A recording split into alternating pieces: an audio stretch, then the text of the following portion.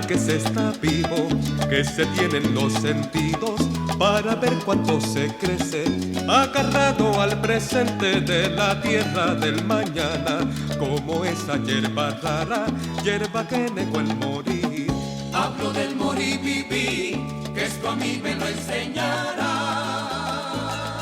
Hola y bendiciones.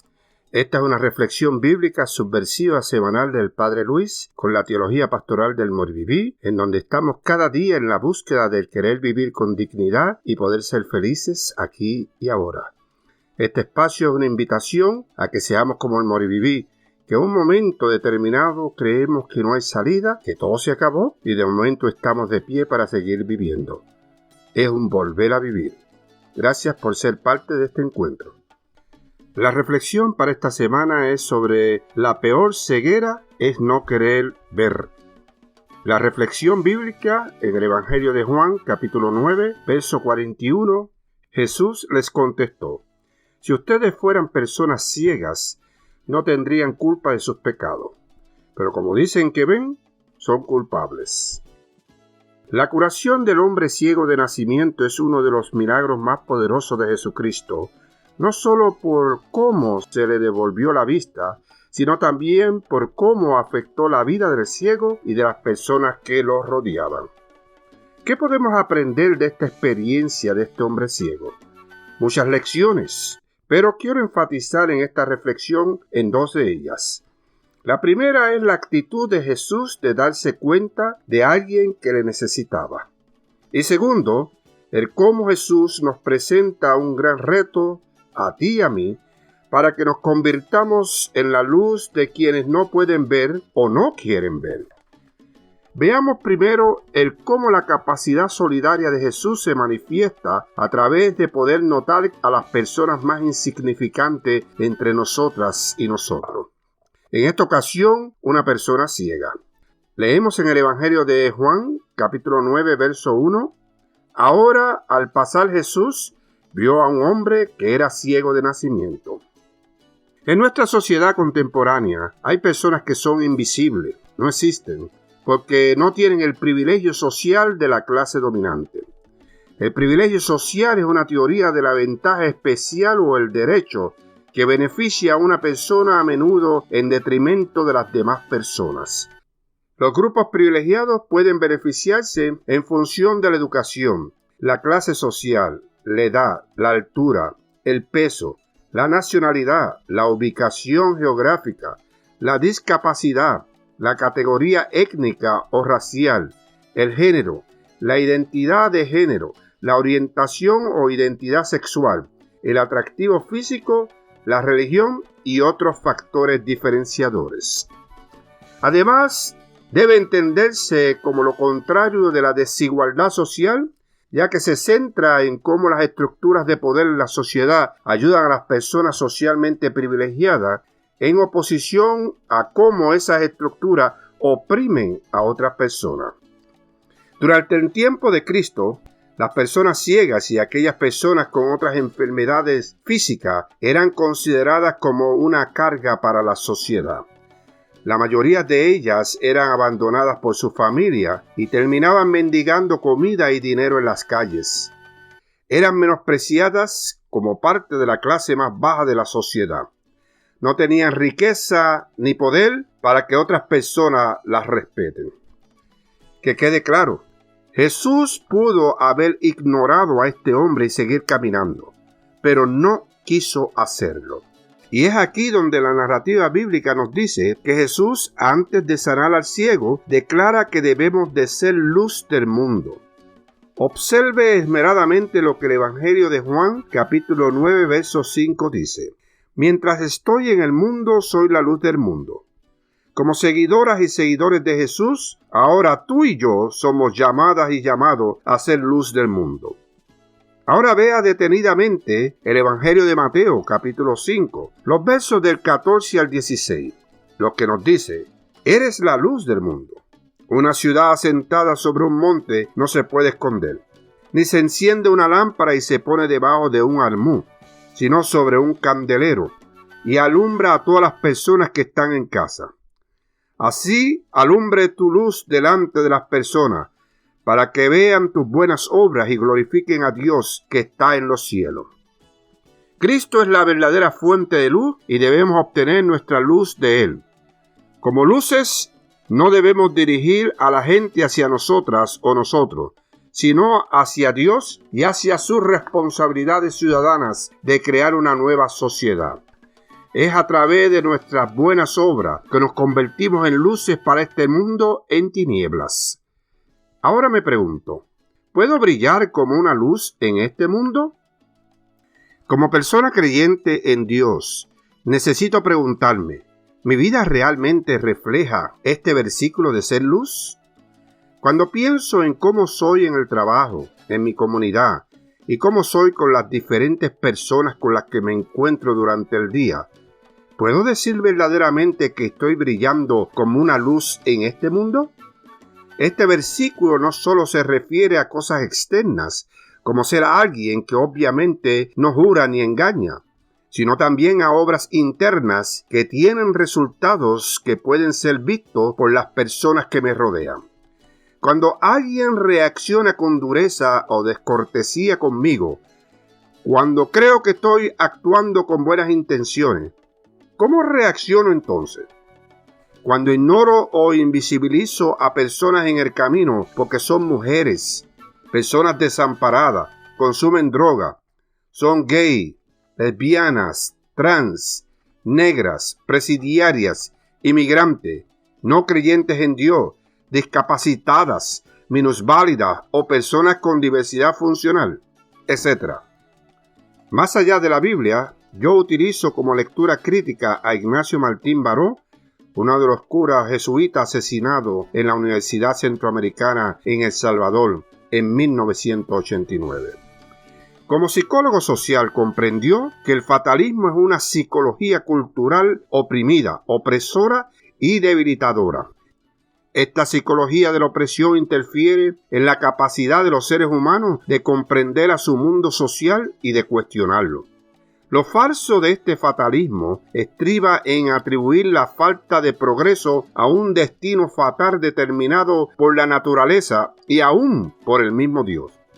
De aquí la necesidad de descolonizar las maneras de pensar y ayudar a través de la oración, el sermón, la educación y lectura crítica de la Biblia, para que las personas encuentren un momento de luz y despierten a la realidad de que es posible tomar responsabilidad socioespiritual y cambiar circunstancias opresoras en experiencias de liberación.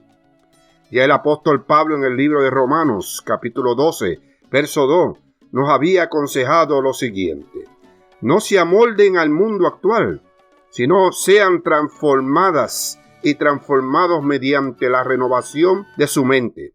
Así podrán comprobar cuál es la voluntad de Dios, buena, agradable y perfecta. Esta narrativa bíblica tiene una invitación abierta para que podamos hacernos unas autoevaluaciones sobre el tipo de luz que somos en este mundo o si estamos contribuyendo a su oscuridad.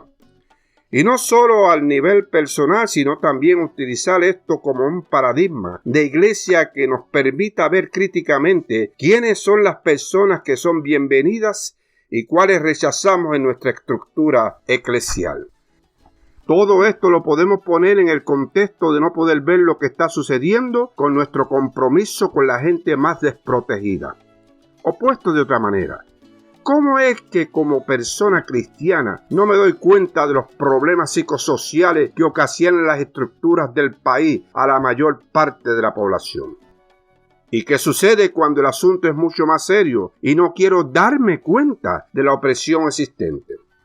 Definitivamente hay una gran diferencia entre no poder entender lo que está sucediendo y no querer entender. Puesto dentro del contexto de la narrativa bíblica de hoy, hay una gran diferencia entre no poder ver y no querer ver. No querer ver es una ceguera por elección. Quiero comenzar diciendo que aceptar pasivamente un sistema injusto es cooperar con este sistema. Por lo tanto, las personas oprimidas se vuelven tan malas como las personas opresoras. El buen samaritano, en la narrativa del Evangelio de Lucas, capítulo 10, versos 25 al 37, Es una de las parábolas de Jesús que nos enseña sobre nuestra responsabilidad solidaria y hospitalaria. Primeramente, en esta parábola hay dos personas que decidieron no ver a la persona que estaba en el piso, el sacerdote y el levita, y una que decidió que quería verla, el samaritano. ¿Cómo es que el sacerdote y el levita pudieron evadir su compasión y amor? Cerrando los ojos y cumpliendo el dicho de ojos que no ven, corazón que no siente. Sin embargo, ¿cómo es que nada de esto sucede con el samaritano? Mantuvo los ojos abiertos. Es aquí que nuestro amor solidario debe de estar libre de prejuicios. Un prejuicio es una opinión por lo general de índole negativa que nos hemos formado sobre algo o alguien de manera anticipada y sin el debido conocimiento. Por esto el samaritano, al vencer sus prejuicios, no se fija en la raza, sexo, la condición social o cualquier cosa para decidir actuar o no. Es un amor que traspasa todas las barreras que nosotras y nosotros, los seres humanos, podemos levantar para que podamos alcanzar a todas las personas. Asimismo, nuestro amor solidario debe de estar lleno de compasión. El verso 33 en esta narrativa bíblica de Lucas capítulo 10 nos dice: pero cierto samaritano que iba de viaje llegó cerca de él y al verle fue movido a compasión. La compasión es un valor humano que une la empatía y la comprensión hacia el sufrimiento de las demás personas. El samaritano no tenía obligación de ayudar al judío tendido en el camino, pero su compasión fue más grande que cualquier prejuicio, y así debe de ser. Ayudemos a las otras personas, amemos de forma práctica a quienes lo necesitan. Mostremos el amor de Dios. ¿Por qué muchas veces, como personas cristianas o como iglesia, no queremos ver las realidades que están de frente a nosotras y a nosotros? Permítame elaborar esto desde la realidad cuando yo no quiero salir de mi zona de comodidad. Hay por lo menos 3 realidades en nuestras vidas que le dan forma y justificación a mi ceguera intencional. Todas las personas amamos la comodidad. Es aquello que se necesita para estar a gusto. Esta es una de las razones más importantes por las que muchas veces no queremos salir de nuestra zona de hábitos y nos volvemos ciegas y ciegos. Asimismo, el miedo a lo desconocido me mantiene en mi zona de conformidad. Tenemos miedo de hacer tantas cosas y el miedo es lo que te hace temer a todo y nos ciega. Tenemos que convertirnos en personas creyentes o en iglesia que no tiene miedo. Y también existe la procrastinación. Procrastinar significa posponer o aplazar tareas, deberes y responsabilidades por otras actividades que nos resultan más gratificantes, pero que son irrelevantes. A veces la procrastinación es el resultado de la pereza, y la Biblia tiene mucho que decir al respecto. La Biblia recomienda el trabajo duro y la productividad. Esto lo podemos ver en Proverbios, capítulo 12, verso 24, 13, 4.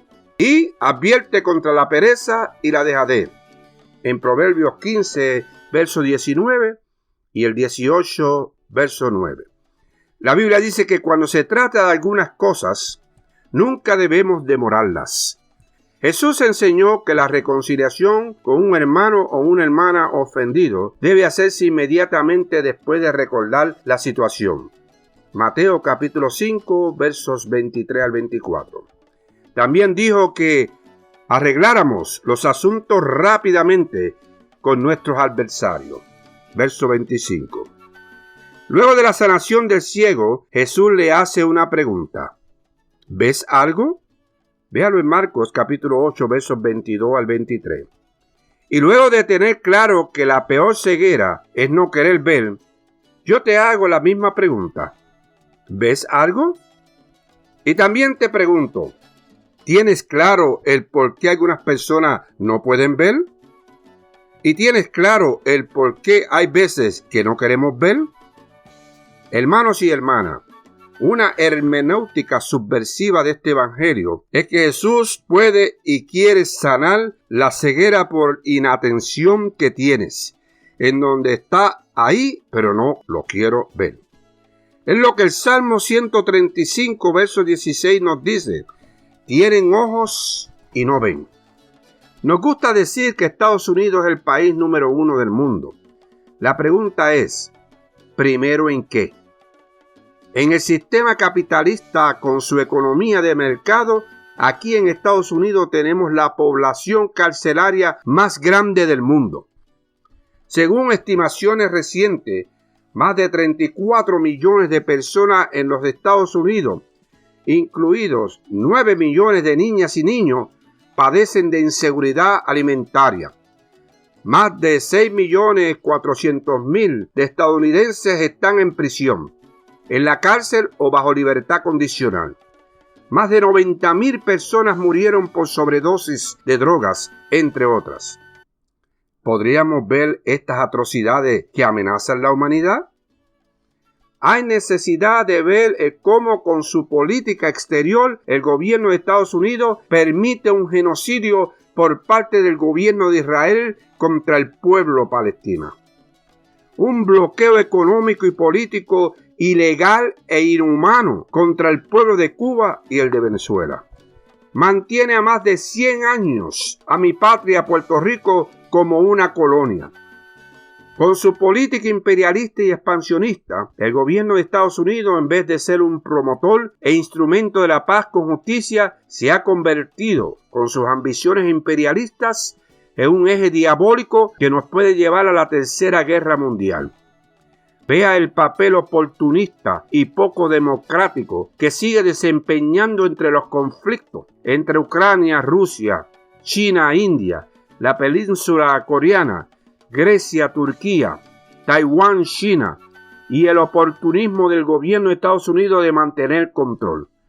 ¿Podríamos ver estas atrocidades que amenazan a la humanidad?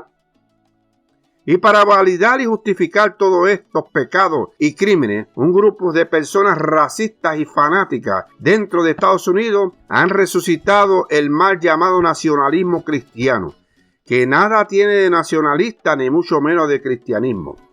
Esta es una ideología racista que contradice el fundamento del proyecto de liberación salvífica de Jesús. Desde que se creó esta nación robándole las tierras a los pueblos indígenas, se han empeñado en decir que Dios los trajo aquí desde Europa a gobernar y dirigir al mundo a través de una doctrina Monroe, de un manifiesto divino. Una de sus plataformas políticas religiosas lo es el movimiento Hagamos América Grande de Nuevo. ¿Podríamos ver estas atrocidades que amenazan a la humanidad? Jesús nos llamó a hacer luz para que las personas puedan ver. Necesitamos de ministerios radicales y de iglesias proféticas que no tengan miedo, que abran los ojos, denuncien y combatan todo tipo de opresión hasta traer el cielo a la tierra. ¿Es esto lo que estaremos predicando en nuestros sermones este domingo en la parábola del hombre ciego? Retaremos a nuestra audiencia para que pueda y quiera ver lo que es necesario ver. Les recordaremos la responsabilidad que tenemos de convertirnos en luz para contemplar y cambiar este mundo. A eso fue que Jesús nos llamó. Esta es una reflexión desde la esquina roja del Padre Luis. Amén y Ashe. Hablo del morir y vivir, que esto a mí me lo enseñará.